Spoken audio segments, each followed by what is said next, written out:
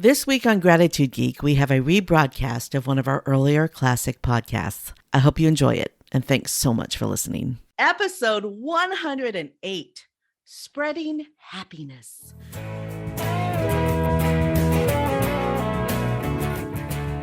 Welcome to Gratitude Geek, the relationship marketing podcast helping micropreneurs find your micro-influencer magic. I'm your host, Kandas Rodarte, and this week, I'm joined by John and Mark X. Cronin. John and Mark are the father-son team that founded John's Crazy Socks, a social enterprise with a mission to spread happiness. John is an entrepreneur and Special Olympic athlete who just happens to have Down syndrome. With more than 4,000 offerings, John's Crazy Socks is the world's largest sock store. More than half their employees have a differing ability, and giving back is baked into everything they do. They commit to creating personal experiences for their customers, so every package includes a thank you note from John and some candy. John and Mark have been named Ernst & Young Entrepreneurs of the Year, and their advocacy work has seen them testify twice before the U.S. Congress and speak at the United Nations. Welcome, John and Mark. We are excited to be here. Thank you so much. I really appreciate it. I have been excited to have this interview all day because your sock store is amazing. So before I start fangirling all over your socks, let's hear your unique story. How did you start your business? How did you get to where you are today? We just start a DNA. I'm gonna start a content. Yes, John is right. You know, origin stories matter because they give us our DNA. So our story, we just celebrated our 5th anniversary. So a little more than 5 years ago, in a small log cabin in the woods. No. Our story starts in suburban Long Island, outside of New York City, in a town called Huntington. And where were you then, in the fall of 2016? I was in Huntington High School. I'm going to be my last year of school. So John had entered his last year of school. If you have a disability, and Down syndrome is considered a disability, anywhere in the U.S., you can stay in the school system until you either graduate or turn 21. It's often known as the 21-year-old cliff, because when you're in school, everything's right there in front of you. But once you leave, you're on your own, and that can be challenging. So John is trying to figure out what's he going to do next. And what were you looking at? I look at school program and at work. I don't know if something I don't like. He didn't see anything he liked. And that's an unfortunate reality for people with different abilities. I mean, for starters, the unemployment rate is double the national average. Right. But that doesn't tell the real story. Fewer than 1 in 5 people with a disability are employed. But here's the good thing, Candace. John here is a natural entrepreneur. Yes, I am. So if you didn't see something you like, what were you going to do? I said I want to create one. I want to make one. And what'd you tell me? I said I want to go into a business with my dad. I want to have a nice father-son business together. Now, I'm a very lucky man. I've got 3 sons. John is the youngest, and this is one I can work with. So here we are, and we'll share a little humor. There's always humor along the way. You work with a lot of entrepreneurs, so you know the beast, you know the nature. You know, one of the good things is entrepreneurs, we all have a lot of ideas, and some of them are actually good ideas. Not all of them, though. So we had to figure out what we're going to do. What was one of your ideas? I want to be a food truck. I got an idea from the movie Chef and John Favreau, the movie about a father-son budding a food truck. So a food truck sounded like a fun idea. You can imagine this, Candace. You start thinking, what could we make? Where would we sell? But we ran into a problem. We can't cook. Yeah, we can't. So there wasn't going to be a food truck. But then, right before Thanksgiving, John had his eureka moment. I did. I want to sell crazy socks. Why socks? It's fun. It's creative. And I always want to be me. I want creative my whole life. We used to drive around looking for these crazy socks. So we figured if John loved them that much, surely I other really people do. would too, right? Right. That we could find a tribe. And at that point, we went the lean startup route. We didn't develop a detailed business plan. It was, let's get something up and running and see how people respond. So John already had the name. I got a name. I tried a website. Right. We built a store on the Shopify platform. We got a little bit of inventory. We're bootstrapping, so you got to make do with what you have. The only marketing we did was to set up a Facebook page. I would take out my cell phone, and we made videos. And who was in those videos? I am. I'm talking about socks. Socks, more socks. And we noticed something. Those videos started getting shared. And what day did we open? We will be on Friday, December 9th, 2016. We didn't know what to expect. Right. But we were very fortunate. We got a flood of orders that first day. We received 42 orders. And most of them were local in the town, near Huntington. What did we decide to do with those orders? Our home delivery. So we got red boxes. We put the socks in the box, and we looked at it and said, it needs something else. I will put a thing in there for me and candy or Hershey Kisses. John did handwritten thank you notes. We got bags Yes. of Hershey's Kisses, filled up the boxes, loaded up the car, and drove around. And you knocked on doors. I did. We'd be out sometimes at 10:30 at night. And John is there. Just John with your socks. Don't shoot me. Have the customers respond. I customers loved it, and they took a photo to take a pictures. Putting on social media. A way against express. We had customers reordering just to get John to come back to their house. But there are important things here. One, we needed this to work as a business. So we had to see that there could be financial success in it. And we learned, one, that people, they want to buy socks. People want to buy socks. Two, people want to buy socks from me. They wanted to buy from John. They related to John. They liked the personal touch. They liked the fact we had pledged 5% of our earnings to the Special Olympics. There was something that surprised us. We got a very emotional response from people who saw John as an inspiration because they knew somebody with Down syndrome or they had somebody in their family with autism. And the other thing, and your listeners, they're solo entrepreneurs, they know this. You learn by doing. So we went out, and by doing, we learned that this young man, this old man, we could sell socks. Okay, old. Right, yes, I know, I'm old. But that's, it was born out of necessity. It was born out of an ethic that said, we'll just get something up and going. Let's put on a show. It's still an ethic that works with us today of ready, fire, aim. Don't overthink it. Let's get going. So you have said all of my favorite things. Ready, fire, aim is my theory in life. I was an archery instructor for years, and you really cannot, you aren't going to know if you're going to hit the target if you don't fire a bow, right? It's not like other weapons where you have a sight and all that. Your body changes from day to day, and your strength may be different than it was the day before. So you're not going to know if you're going to hit that target correctly until you fire. So I have always had the theory, you got to fire and then keep adjusting your aim until you hit it. Yes, all the time. Right.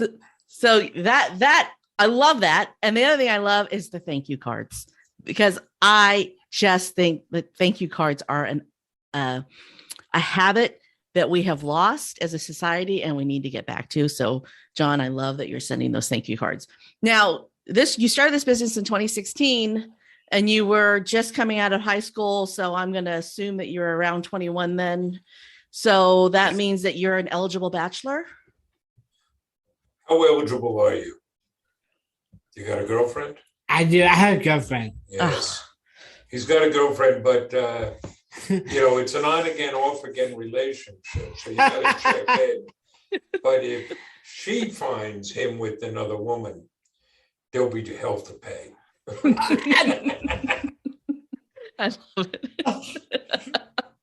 But Oh, let me John, tell you know that there are lots of girls out there who want to know more about John. Oh, I love well, it. it turns out, some guys, they learn to play the guitar. They learn to play the guitar to meet women. John, he started a sock store. I'm gonna fangirl all over your socks. There are 4,000 different types of socks on the website, and they're all silly. Yeah, it's crazy socks, right? And they're all, I mean, you've got men's, you've got women's, you've got wide calf for women's, which is what I need because socks just fall down. I have wide calves. Even when I'm thin, I had wide calves. So I was excited when I saw that. You've got all different shapes and sizes and different personality types. And, you've got dinosaur socks and heart socks. It's so much fun. I couldn't decide what I wanted. Because I was going to place an order today. I was like on the sock site going, okay, those are cute. Oh my gosh, how am I going to choose which socks I want to order? That's part of the idea, right? John loves it so much. And we have been advised by very smart people. You have too many SKUs. You got to have fewer. But it misses the point. In a lot of businesses, the 80-20 rule applies. 20% of your products bring 80% of your revenue. That's not what we see. Ours is evenly distributed because we have this long trail that people get to personalize. If you like dinosaurs, we got plenty of dinosaur socks. But if you're into computer, we got Tesla socks and circuit board socks. It's find who you are. A little something for everyone. So in my previous life, before I was doing this, before my husband and I launched our internet-based business in the year 1999, before all of that happened, I was a buyer for a chain of ski shops. And our 30 ski shops did, I don't even know the number, but I probably between $1 and $2 million a year in sales in just socks, because they're a necessity. But why wouldn't you want to have a fun sock? I mean, why wouldn't you want that? Why wouldn't if you got to look at your feet? So why wouldn't you want to have fun? I want to talk about your Monday Madness mystery bags because it is a genius marketing idea. Not only does it help with I have too many SKUs in my inventory, but it's a doorbuster, and doorbusters, they attract people. They low cost to entry. They fall in love with the product and then they come back for more. And I'm sure you have people who buy your Monday mystery bags every month. So talk about that idea and what's in it and all this the scoop behind it, because it's such a good marketing lesson. So this will give you a clue into where we're at. It's the summer of 2017. So we've had a surprisingly big first spring because we had some viral events. But now we hit the summer and find out nobody buys socks in the summer. And I'm running out of money. I'm borrowing money to pay payroll, and I'm sitting on this inventory. And what do? Well, here's an idea.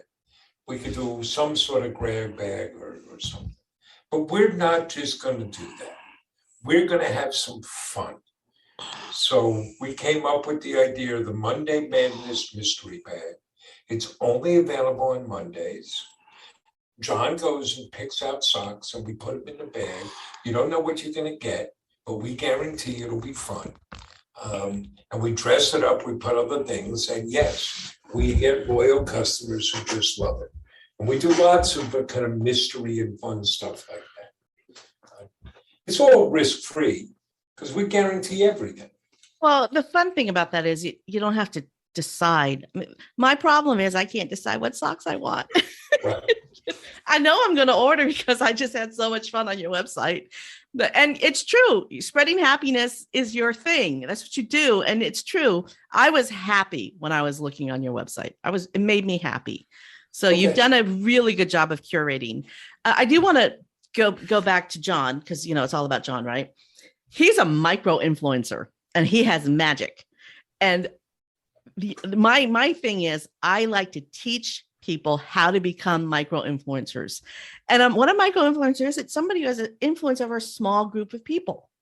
That small group of people could be 12, it could be 1,200, but it's, people love you and they trust you and they know that you're going to do what you say you're going to do. And so, John, you are like the ultimate micro influencer. Fangirl. Trouble. You're trouble. Fangirl. All right. I want to hear about this testifying before Congress and speaking at the United Nations. Holy moly. Please tell me how that happened. Okay. Well, you have to put it in some context. You mentioned earlier, which is social enterprise, a business with both a social and a business purpose. Yes, everything comes down to spreading happiness, but a big portion of that is showing what's possible. And that we're talking about showing what entrepreneurs can do, but more specifically, showing what people with different abilities can do. So, John has Down syndrome, he's the face of the business. More than half our employees have a different ability. It's not enough for us to just hire people. We want to show the world. So we take our processes and turn that into content and share that on our social media. We host tours from schools and social service agencies, work groups from them. We do speaking engagements. So before the pandemic, we crisscrossed Canada, the US, Mexico. Now online, we've spoken around the world, all in this purpose. Well, advocacy is part of that. We work with some critical advocacy groups, including the National Down Syndrome Society. And what happens is, by building up this business and sharing what we do, we've created a platform that gets us attention. And then that becomes, it creates both an opportunity but an obligation to use it. So we got invited to testify before the House Small Business Committee on hiring people with different abilities. We go down, and there was the executive director, two CEOs, executive directors of national advocacy groups, the CEO of some employment business, John and me. Well, the first thing that's striking there is John was the only person testifying who had a different ability. Guess who was the star of the show? John. Blew him away. After somebody heard us there, they asked us to come and testify before something else with Congress because they liked what they heard and saw the performance. And what happens is, and you've seen this, I'm sure, in advising people in your business, the more speaking you do, the more speaking engagements you're going to get. The more, so we're out there, and that led to the U.S. State Department contacting us and asking us if we would join their speakers bureau, and they sent us on speaking tours. But you get these opportunities, and you have to make use of them. And I'll, clearly testifying before Congress is that, and for a personal moment, to be sitting there with my son and looking around and thinking, oh my gosh, look where we are, look what we're getting to do, was so awesome. But here's another example of it. We were down on Capitol Hill, meeting with some legislators. We had shared that on our social media, and we got a call from a customer in Houston saying, my mom is a big fan of John's and would like to meet John, and she works on Capitol Hill. Is there any way they could work, they could meet? So our colleague said, sure, here's Mark's cell phone number. Just text him your mom's name and contact information. Well, who was mom? Nancy Pelosi. So we now get a meeting with Nancy Pelosi. And in this day and age, United States, we tend to vilify our elected officials. I don't care what political stripe you are. The guy on the other side, you turn into a monster. We forget that they're people. So put all the politics aside. Nancy Pelosi is an 80-year-old Italian grandmother who couldn't have been nicer and warmer at greeting John. And she took out pictures of socks that she had given to former President George H.W. Bush because John had become sock buddies with the former president. And so now we get this session and we're hugging and taking pictures, right? It was great. Right. But remember now, that creates an opportunity which puts an obligation on us. And we're bulldogs. So we have this, and then it's like, but Ms. Pelosi, we have to talk to you about eliminating the sub-minimum wage that allows up to 400,000 people in this country with a disability to be paid as little as 5 cents an hour. You know, if you get that opportunity, you have to make use of it. Does this make sense? It does make sense. And I didn't realize it was 5 cents an hour. Many of our colleagues can only work a limited number of hours because if they work too many hours, they lose their benefits. Exactly. And we're forcing people to choose between their benefits and work, and nobody gets, that's not good for anybody. So we're banging that drum all the time. Exactly. Unfortunately, everybody we speak to, Republican, Democrat, upside down, anywhere they end, everybody agrees. Everybody says, oh, that's terrible. And nobody's doing a damn thing about it. But it's an easy fix, but banging. It's a fix that most Americans don't want to hear. Yeah, we just went through a 2-year social experiment, and we discovered that, you know what, when the government picks up the tab on certain medical expenses, it kind of works. Yes. And, but people don't want to hear that. People don't want to hear that. But it's an easy solution. But that's my opinion. Everybody's entitled to their own opinion. The other thing I love about that story is that Nancy Pelosi and George H.W., they had an exchange of pictures of socks. Yes. They had a discourse about something that wasn't politics. It was something fun. And we forget that they're humans. We do forget that they're humans. And we're losing some of that. But in fact, we made unity socks that we have given to every member of Congress to say, listen, people, we have more in common than we do that separate us. And let's talk. That's all it is. The world has changed a lot. If you read the Robert Caro biographies of Lyndon Johnson, he used to load the family up in a station wagon and come to Washington. They would stay there. Well, the families all work together. So you might politically disagree, but at night, you're playing cards together. You're playing golf. You're playing gin. The family's associated. You had all this social lubricant. So you knew you were people.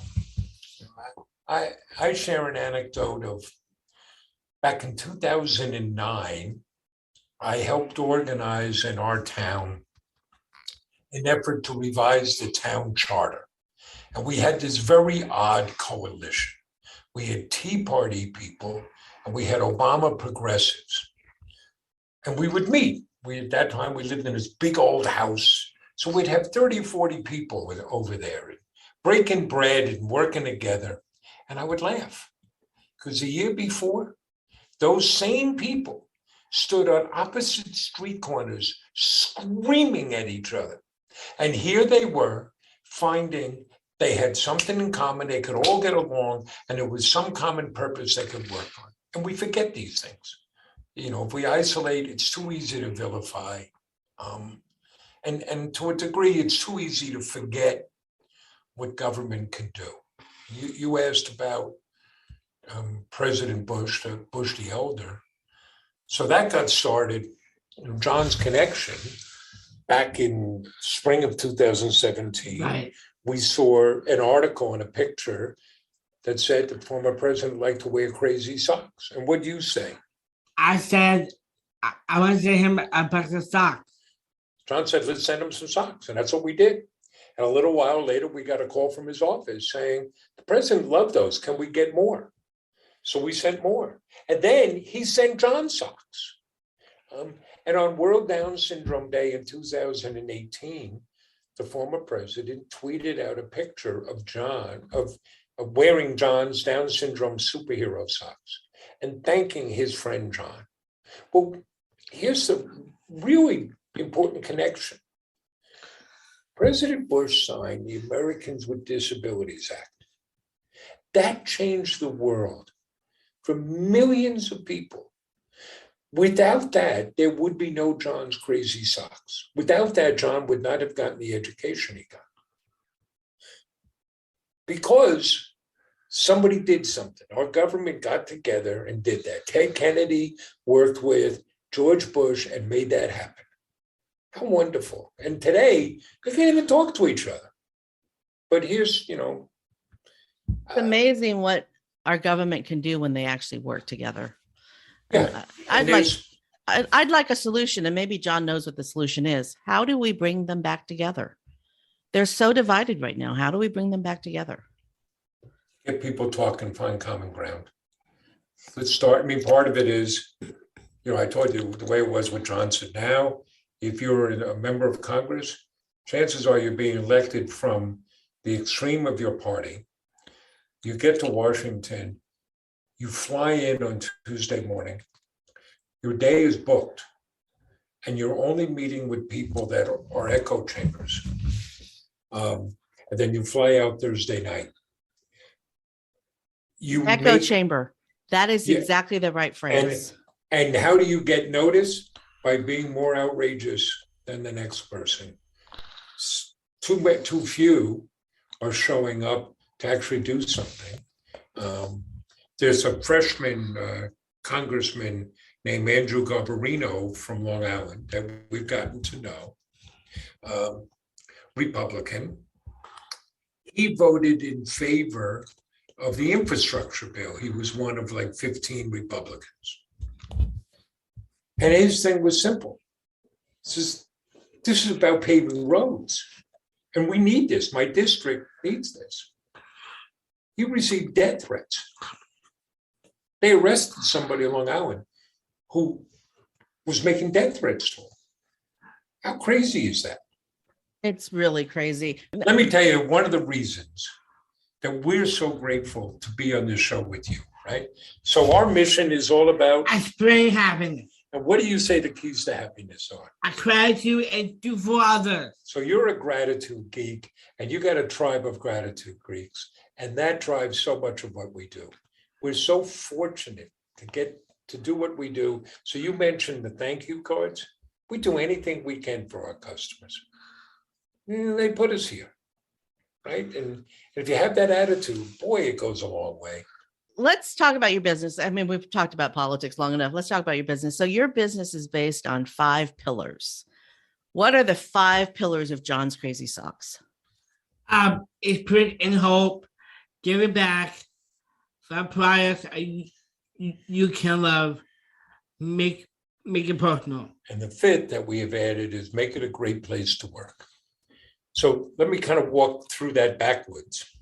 If our mission is spreading happiness, we have to start at home. Our colleagues have to be engaged and happy working here.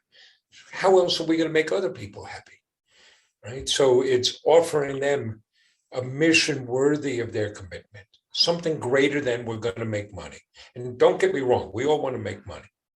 Everybody knows why their job matters. There's no cog in the machinery. Everybody has an important role to play here. You put people in a position to succeed. Don't ask them to do what they can't do. We don't ask John to do our finances. And give people what they need so they can do a good job. We just hired a web designer / graphic artist / video editor. We're going to get her a computer. And she says, well, I know I'm going to use whatever you give me. No. Tell us the specs. We're going to get you exactly what you want. Because we want you to succeed. Now, we don't have endless resources, but, and then say thank you. Acknowledge what people do. Right? Recognize they care. Recognize when people are doing good work. And in the end, stay the hell out of the way. Let people do their jobs. Right? So that's make it a great place to work. That is the worst thing that you can do is micromanage your employees. Right. Empower them to do what they need to do. It's so important. So in a company like yours, the most important person is the person who makes sure that the label on the box matches the order that the customer wanted. That is the most important job, because that is where everything has a role to play. Everybody knows it. And so we have this mission of spreading happiness. That infuses everything we do, every aspect of the business. And the only way that can happen is because every individual, our entry level position, we do our own fulfillment.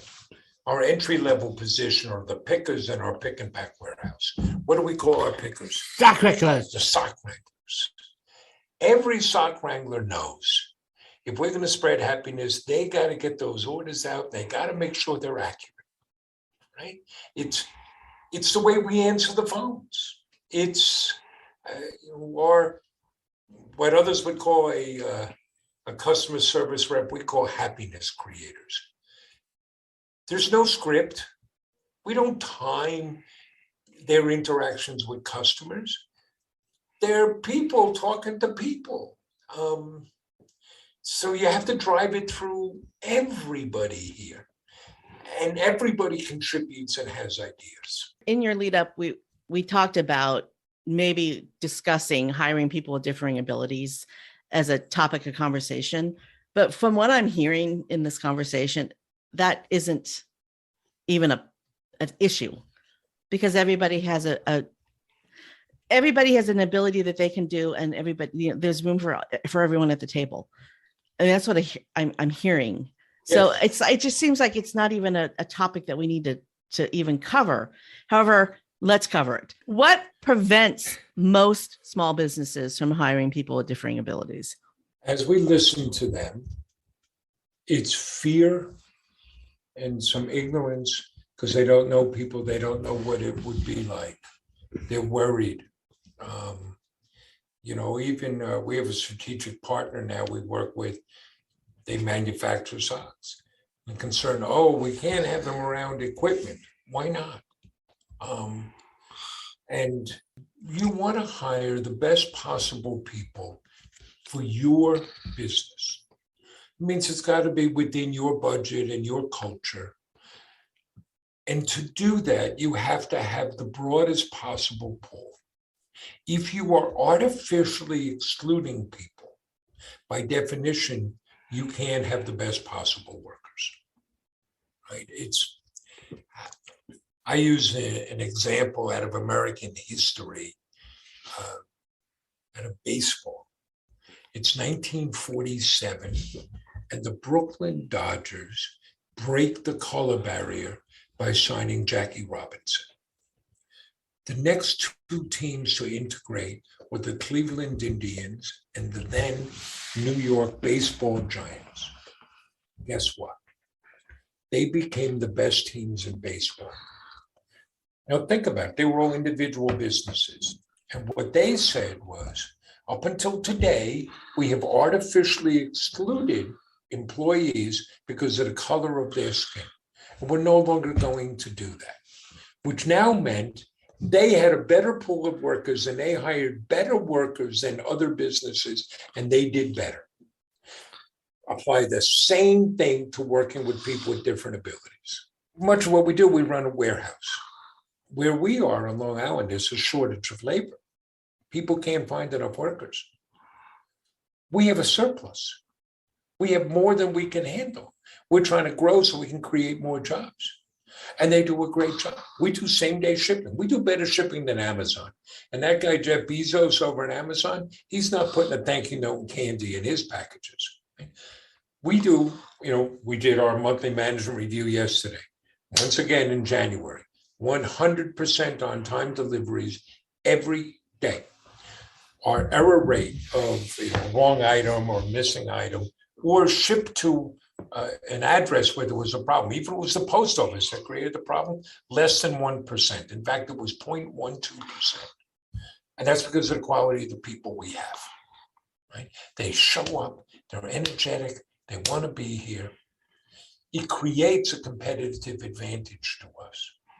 And And part of what we're doing, this comes back to the question of testifying before Congress. We want to show, not tell. We want to tell share the story and let people see.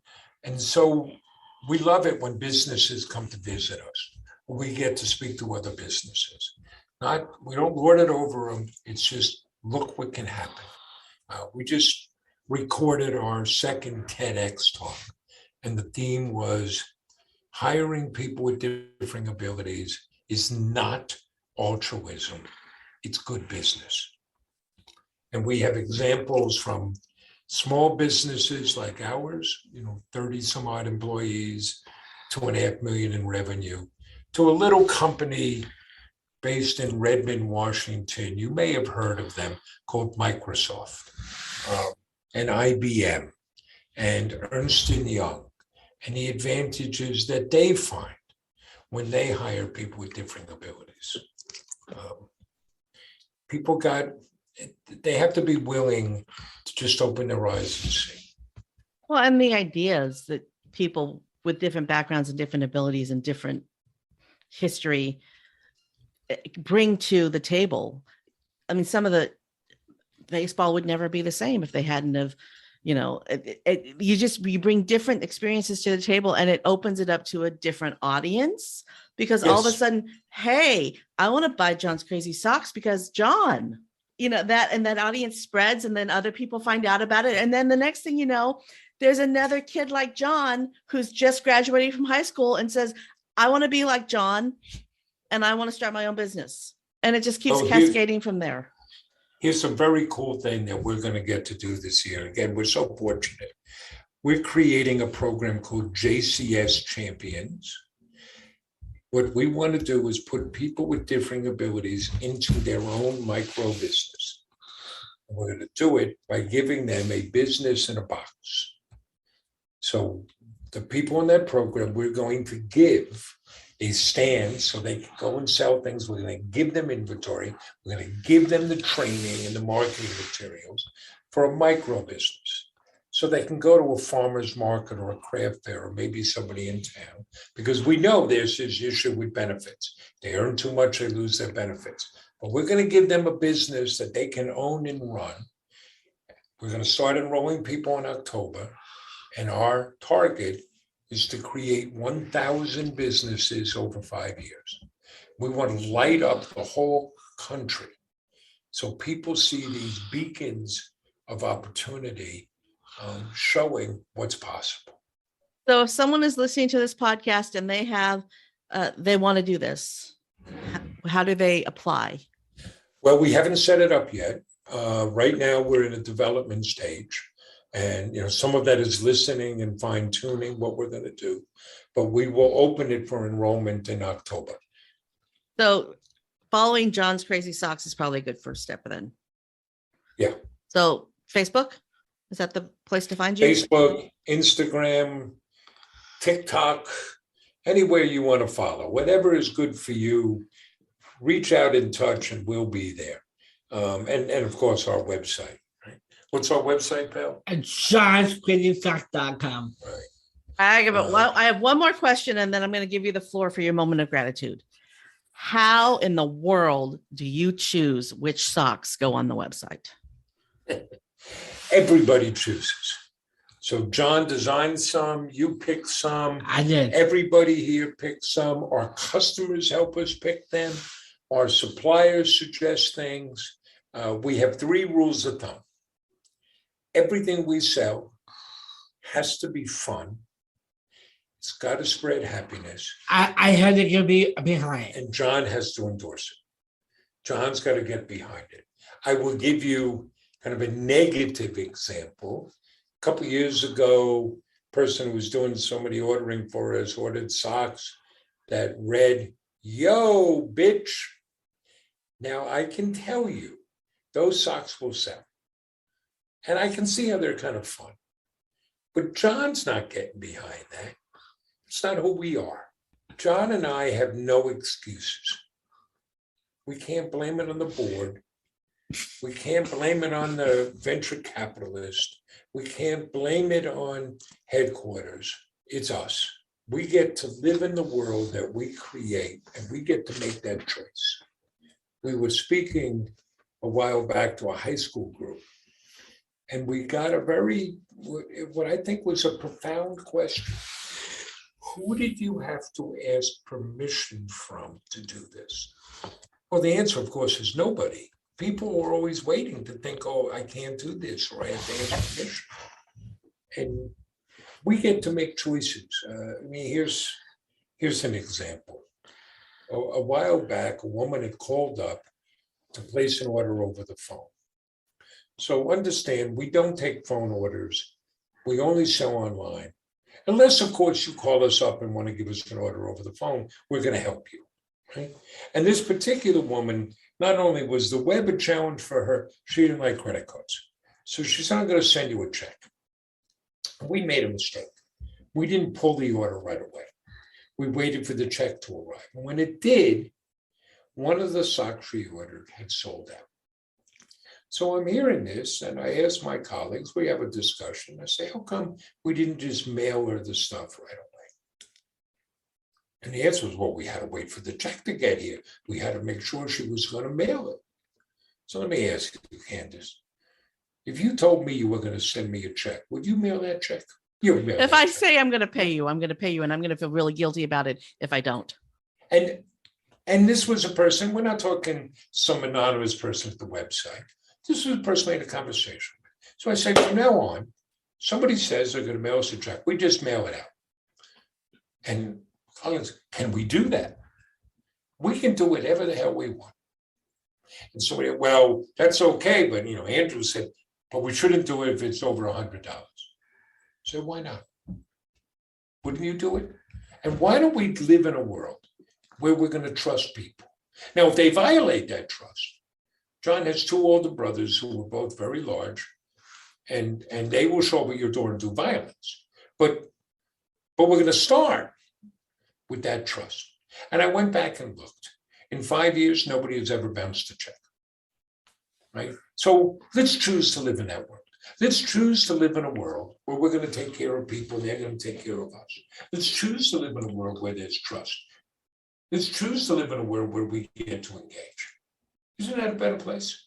And I'm not naive. That's just a choice. This has been the best conversation I've had in a very long time. Thank you. Thank you. So now's a chance for you to share your moment of gratitude. For whom and what are you most grateful for? I'm so grateful. I'm so grateful my family. I'm so grateful for my family, my colleagues here at John Gratitude Socks, and I'm so grateful that when my colleagues are different abilities and showing possible. You're grateful for this, huh? And I'm so grateful for my friends and my partner. Your partner. Hey, Kandas, we are so fortunate and grateful to be able to get to do what we do. Listen, look at this. You invite us on your podcast and we get to tell some stories. We get to connect with other people. I remember the first time that someone called us up and asked us to come speak at an event out of town. They wanted us to come to Cleveland and speak at a fundraiser. I said, sure. And then the person who was the event organizer said, so what are your speaking fees? And I paused and said, speaking fees? Normally, I got to buy somebody a beer to get them to listen to me. It's, to be able to be in a position to sit in Congress and speak to Congress, or to go to the United Nations with other entrepreneurs and stand up and speak, to address some of the audiences we have and meet some of the people we have. So how awesome. But I'll tell you, the best days are when we're really busy And this place is full of people and full of activity. There is nothing better in this world. Thanks for joining us this week for Gratitude Geek, the relationship marketing podcast, helping micropreneurs find your micro influencer magic. Be sure to check the show notes at gratitudegeek.com, episode 108, for links to all the groovy resources mentioned today. And while you're there, subscribe to the show on Audible, iTunes, Stitcher, or your favorite podcast player. Our theme music is track 14 by rebroadcast solely. I've been your host, Kandas Rodarte. Join me on my mission to spread gratitude, sow seeds of appreciation, and harvest a bounty of generosity and kindness. Stay groovy, my friends.